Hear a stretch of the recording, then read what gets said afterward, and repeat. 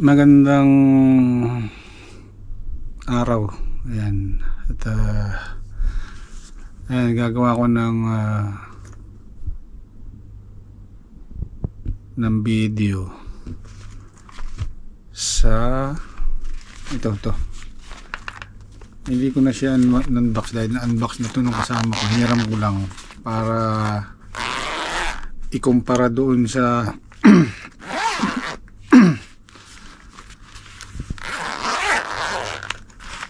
isang tester na binili kong smart tester, pero ito kakaiba, ito ang automotive talaga to. Ayun, igagawa ko muna ng video ngayon at ipakita ko, then after nito gagawa ako ng panibagong video para pagkumparahin doon sa isa. And simulan natin. Ayan, buksan natin.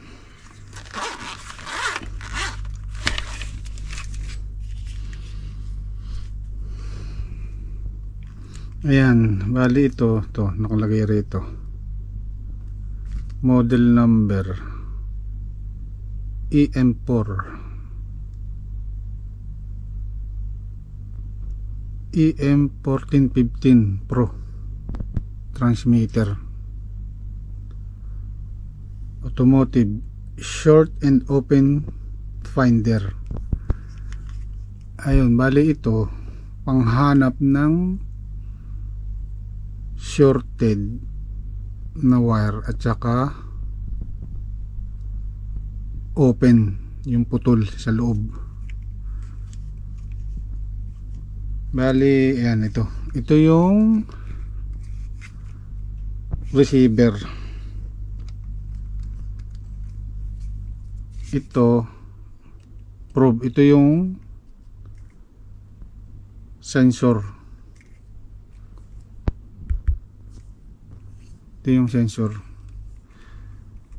Ayan, ang switch on off ito. Ayan, ito yung on off. Ito rin yung sensitivity ng sensor. Ayan, pag tinodo mo yun pinakaano, pero ang recommended niya half. So depende na lang kung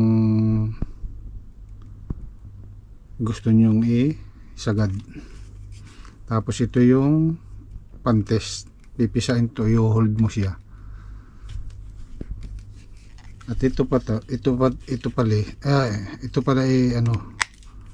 may baterya na 9 volts. Ang pwede mong pang test dito,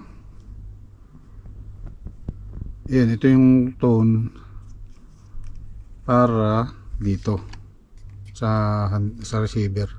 Ito transmitter to, off. Tapos continuity,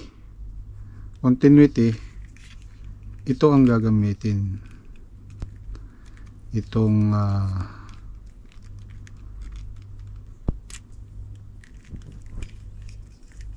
lead na to. Yan, testingin natin. Ito, i-on ko na. So pag continuity, switch mo ron dito sa baba. Pag binagdikit mo yan, makikita mo yan. Ayun, nagbe-verde yan. Ayan. Ibig sabihin walang putol yung wire mo. Ay, testingin natin sa wire. Hanap tayo ng wire.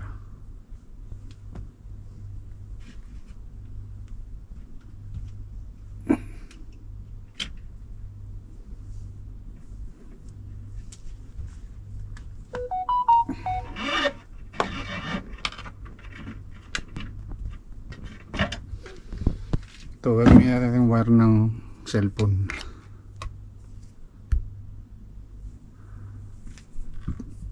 Ayan, gamitin natin tong ground.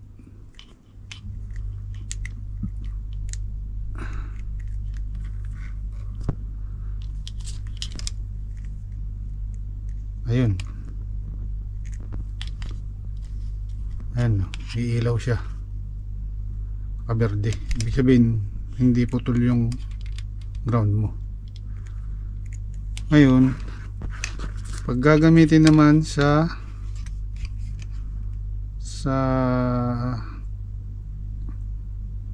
transmitter to receiver, ilalagay mo rin sa tone. Ayan.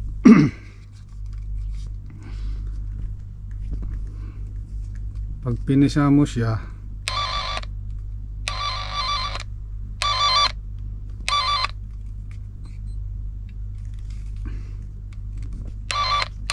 dali, hihina na yata battery.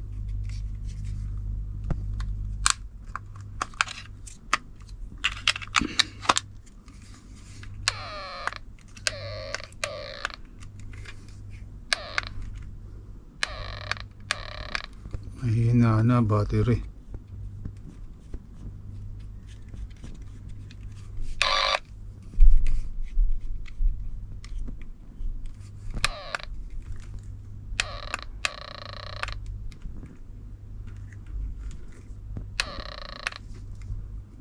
Yun lang. Palitan muna natin ng battery or pagpalitin natin.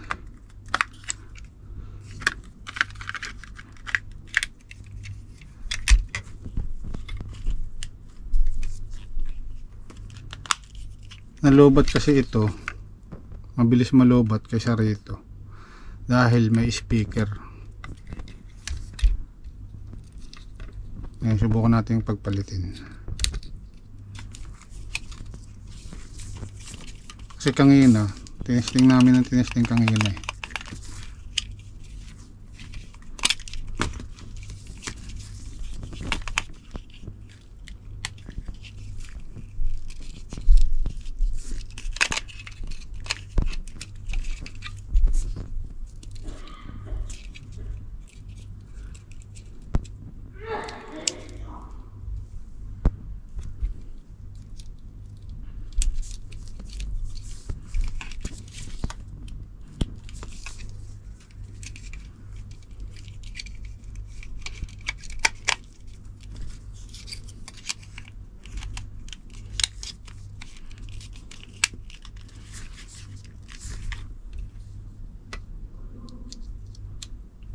Ayan, pinagpalit na natin kung agana na siya.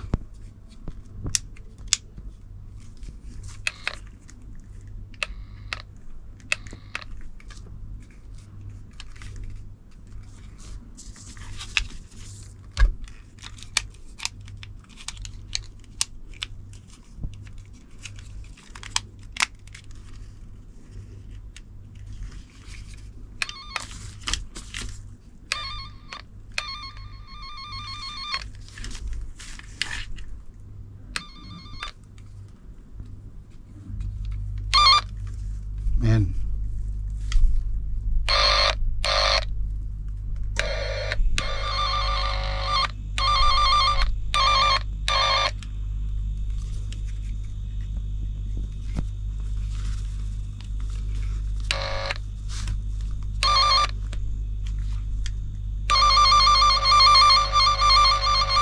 Ayan, gumagana na siya.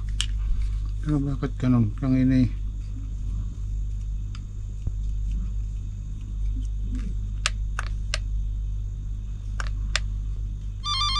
Ayan.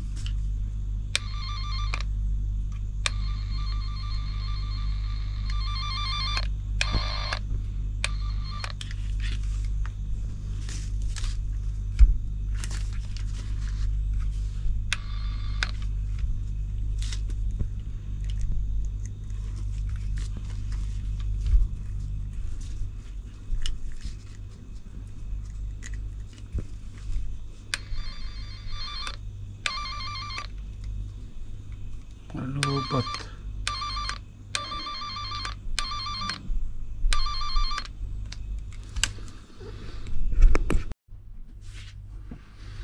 Ayan, napalit na ko na ng battery.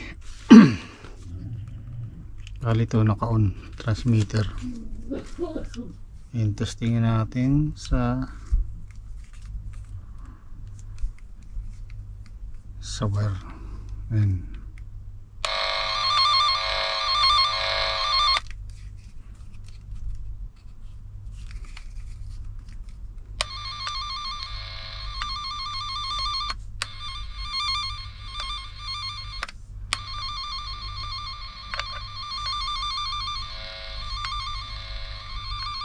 Ayan.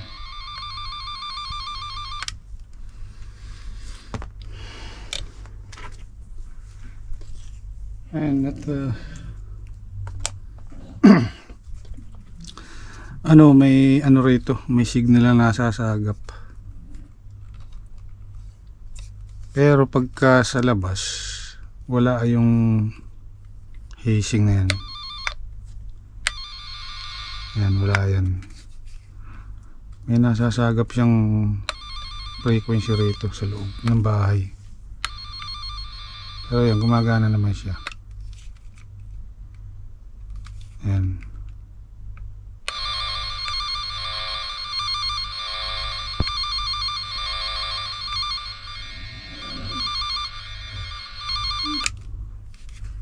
Ayan. Bali ang tamang pag ano nito, yan, padikit na ganun or patapat na ganun yung dulo.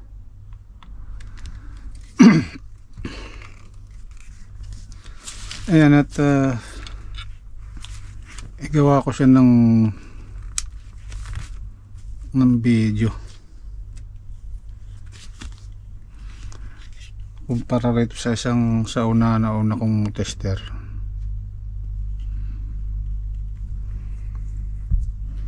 Bali ito, tinesting na nung kasama ko sa sasakyan, effective naman siya.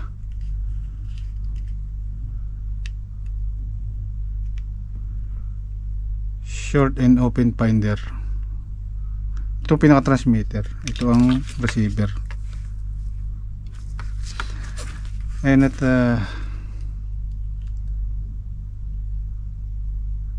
parang medyo lobat na siya kaya mahina tunog.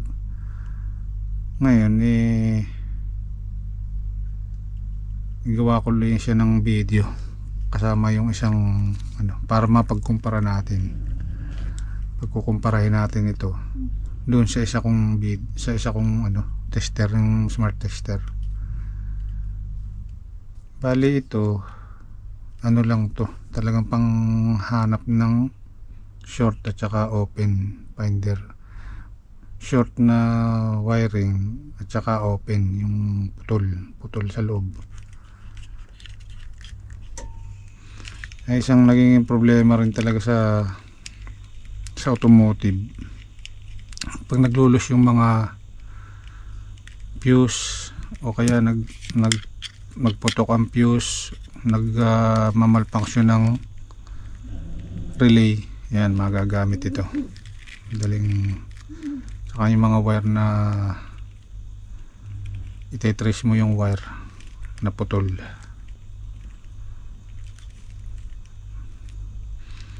Yan lang, at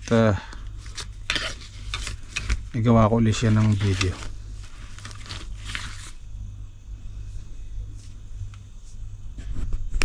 Hanggang dito na muna ang video kong ito. Ayan, ito yung receiver. Ito, bali ito pang automotive talaga ito. Pang trace ng short at saka open line. Ngayon medyo mahina na yung battery. Ngayon ibibili ko muna siya. At gagawa uli ako ng video para doon ikumpara natin doon sa una kong nabiling smart tester.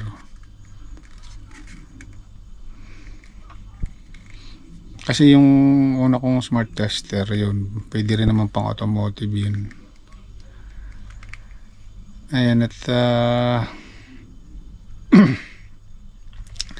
hanggang dito na lang muna, at ayan, gagawa tayo ng isa pang video para sa pagkumparahin natin yung smart tester tsaka ito. Ayun lang at magandang araw.